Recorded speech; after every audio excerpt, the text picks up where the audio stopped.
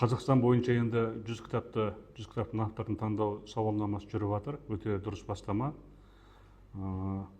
Әрине енді бұның мақсаты негізгі енді қазақстандық жазушылардың шығармаларын насихаттау, ең бастысы кітап оқуды насихаттау, кітап оқу мәдениетін қалыптастыруды, арттыруды насихаттау. Осыған байланысты біздің облысымызда көптеген іс-шаралар өтіп жатыр.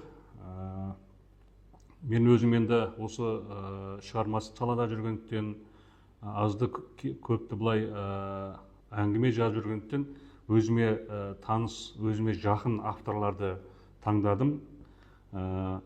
Негізінен енді мен өзім әңгіме жазып жүрген екен бар, менің сол таңдауым көбінесе сол жазушылар, ақындардан гөрі жазушыларға көбірек түсті ғой деймін.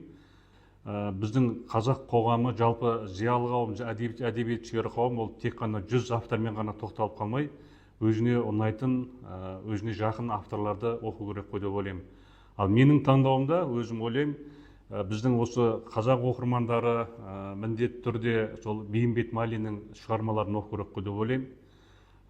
Менің өзіме жақын авторлар Тынымбай Нұрмағамбетов, Рахымжан Отарбаев, осы жамбылдық қаламгер Несіпбек Дәутайұлы, Сайын Мұратбеков деген мықты жазушы бар. Ол кісінің Жабай алма, Жусанның иісі деген шығармалары өте кеңінен танымал. Біздің осы мектептің оқушылары, жас ұрпақтар оқыса, өте жақсы тәлім тәрбие алады деген ойдамын.